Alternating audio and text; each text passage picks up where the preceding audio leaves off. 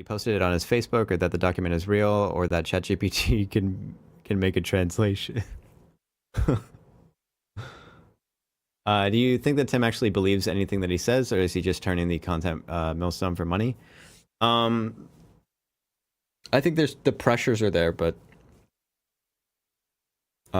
yeah, I think he's experienced the freedom of letting his mind go wild, and that it's given him a huge ego boost that he can't deny, because he can never say that he was wrong about anything anyways.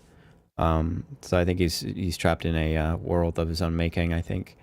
But that world is made up of pressures to make money, sure. What was I looking up? I don't remember. A translation, I will clarify. This is going through ChatGPT, according to Raheem Kassam. Oh. It says the head of Ivanko Frankivsk Regional Territorial Center for Recruitment and Social Support. The command of Military Unit A7788 has reviewed the candidacy of Redacted, born in Redacted, for military service in Military Unit A7788 under the contract for the position of shooter. Storm Battalion of Military Unit. Then it goes on and lists the numbers. Military rank according to the staff, soldier. Salary redacted. I request assistance in processing the documents of Redacted. He's also been described by media and academic sources as a figure in the alt-right when running for leadership in 2016. Kassam reported the repeal of a ban on former members of National Front and British National Party, white nationalist parties from joining the UKIP.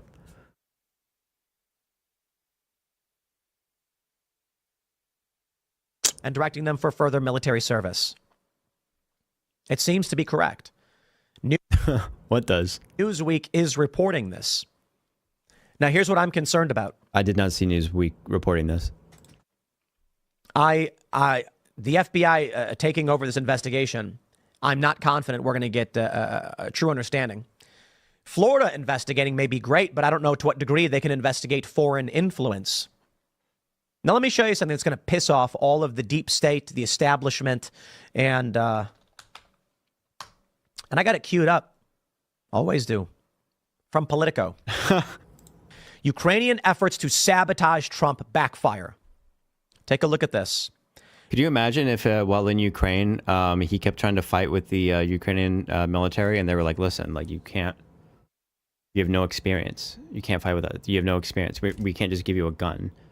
And he's like, oh, okay. Can I recruit for you? And they're like, no, you got to stop. You have to stop. You have to stop this. You're like, you know what? We have a special plan for you. We have a special plan. You're going to go back to the United States. You're going to go to Florida, where Trump plays golf. You're going to sit and wait until you see Donald Trump, and then you're going to shoot him. You really want to help us? That's what you're going to do. And he's like, really? Really? Yeah, buddy. Oh boy, I'm on my way. You know, I think that's...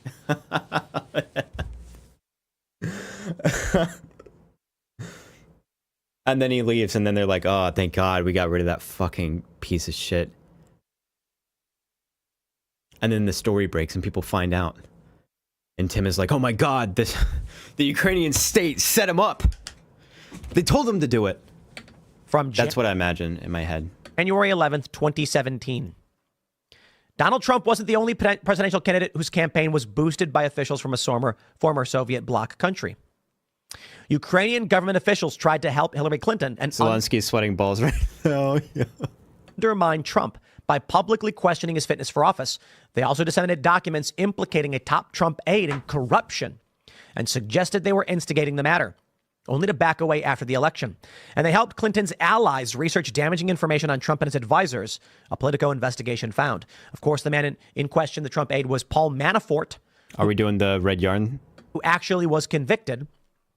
I believe he ended up getting convicted. It's been a long time. Are we about to tie these threads together? Mind you, it's been 7 years since the story. Now, I just have to ask the obvious question. And I know they're going to attack me for it. I know they're going to claim that, whatever they want to claim. This man who fought, according to Newsweek, they say in the headline, went to Ukraine to join war. That doesn't mean that he fought, you fucking moron. Went to Ukraine to join war. Wow. They're not saying, I guess, that he was definitively in the war. Yeah. But with this paperwork, it stands to reason. But you don't know that's his paperwork. You didn't even verify if he posted that on Facebook. You got that from a tweet from one of these far-right pundits.